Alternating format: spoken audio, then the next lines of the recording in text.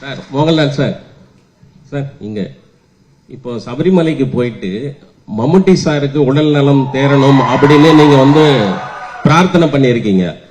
So உங்களுடைய அந்த ஆழமான நட்பு பத்தி ஏதாவது சொல்லுங்களேன். இதுக்கு சொல்லணும். சபரிமலை போய் நான் அவருக்கு வேண்டிட்டு we did a பூஜா. அது அந்த தேவசம் போர்டில் யாராவது somebody leaked that receipt to the press. அது இதுக்கு சொல்லணும். இட்ஸ் ஆல் வெரி பர்சனல் இல்லையா? உங்களுக்காக ஒரு ஆளு ப்ரே பண்றது why should you tell? இல்ல நிறைய பேர் பாருங்க I will pray for you എന്നിട്ട് அப்படியே வேற ஏதாவது பேசிட்டு இருக்கும். இஃப் ஐ ப்ரே ஃபார் யூன்னு சொன்னா யூ மஸ்ட் ப்ரே இல்லையா? ஸோ அது மாதிரி என்னோட ஃப்ரெண்ட் அவர், என்னோட ஒரு brother. So it's nothing wrong.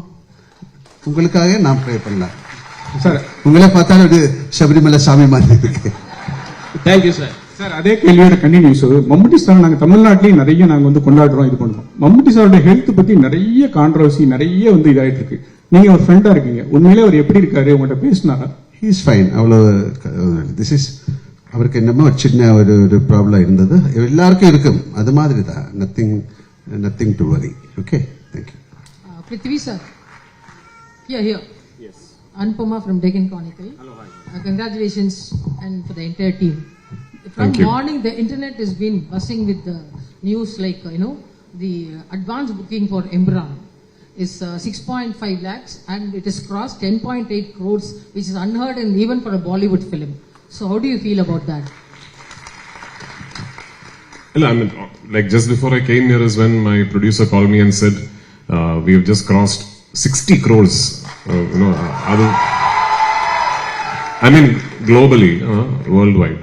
So all of us were quietly confident that the film would be met with a lot of excitement and anticipation, but this is way beyond our dreams.